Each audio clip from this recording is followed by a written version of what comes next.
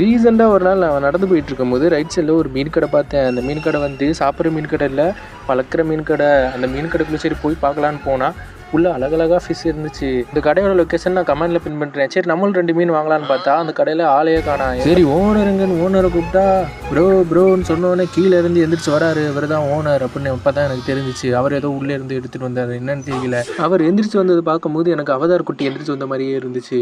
அவரும் சொல்லுங்கள் என்ன வேணும் அப்படின்னு கேட்கும்போது நான் என்ன சொன்னேன்னா இந்த கடையில் எல்லா மீனும் இருக்கா அப்படின்னு கேட்டேன். அதுக்கு அவர் எல்லா மீனுமே இருக்குப்பா தம்பி, உனக்கு என்ன மீன் வேணும் அப்படின்னு கேட்டார். ஓ எல்லா மீனும் இருக்கா அப்படின்னா ஒரு 2 கிலோ விண்மீன் இருக்கான்னு கேட்டேன்.